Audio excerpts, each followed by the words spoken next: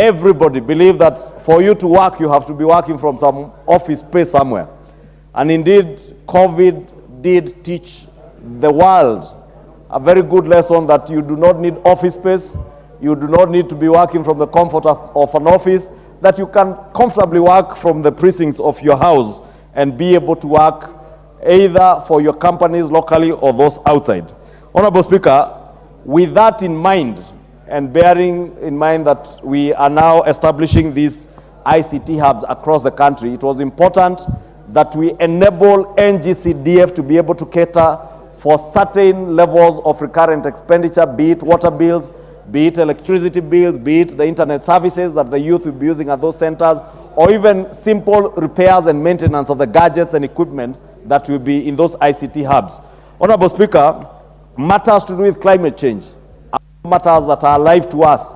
NGCDF has also to be responsive to issues to do with climate change and how we mitigate matters that touch on climate change. And therefore, we'll be able again to incur a little bit of these monies that are allocated to NGCDF to deal with issues touching on climate change. Honorable Speaker, in dealing with the challenges that have confronted NGCDF over the years, on the question of separation of powers, on issues on how we align the revenue, vertical division of revenue between the national and county governments, we are now making it very clear, Honorable Speaker, that NGCDF will in no way interfere with the level of financing or revenue that is being divided vertically to our county governments. That NGCDF will get from the national government share of revenue. And therefore, Honorable Speaker, those who have perceived that NGCDF is in a way clawing back on devolution can now have the comfort that the money is going to NGCDF will not in any way affect the money is going to our county governments. And therefore, especially our good governors, Honorable Speaker, and the Council of Governors can rest easy that NGCDF is money that will come from the national government's share of revenue.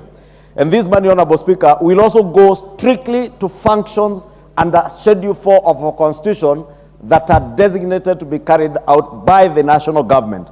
We shall not be involved in issues, Honorable Speaker, as important as they are, issues that touch on functions of the county government.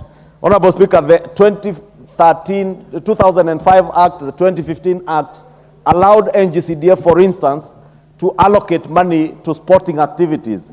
Honorable Speaker, with the enactment of this bill, it will now not be possible, since sports under Schedule 4 of our Constitution is designated to our county governments. It will now not be possible for NGCDF to engage in that. But Honorable Speaker, we have sporting facilities within schools. That does not mean a member cannot get his people during public participation to propose to have sporting facilities within an educational institution, because, Honorable Speaker, again, education is not just the academics and what they do in class, but education in today's world under CBC is all encompassing, including sporting facilities. But it will not be possible, for instance, now to be able to sponsor sporting tournaments in our communities, or even to work on sports facilities outside of educational institutions, Honorable Speaker. This, as I've said, is pursuant to aligning our NGCDF Act with the challenges that we have faced in the courts, last of all being the petition against the CDF Act of 2005. And as members are aware, there is already a petition that is already before the courts challenging the 2015 Act. And therefore, we are moving ahead of time to address some of the issues that are being raised by those who are against NGCDF. Honorable Speaker, in conclusion, allow me, Honorable Speaker, to speak to those who sponsor cases in court against NGCDF with the imagination that NGCDF is a fund that is managed, implemented, or that belongs to members of parliament. Members of parliament, and this amendment bill is making it clear, are simply playing their oversight and representative role in matters to do with NGCDF.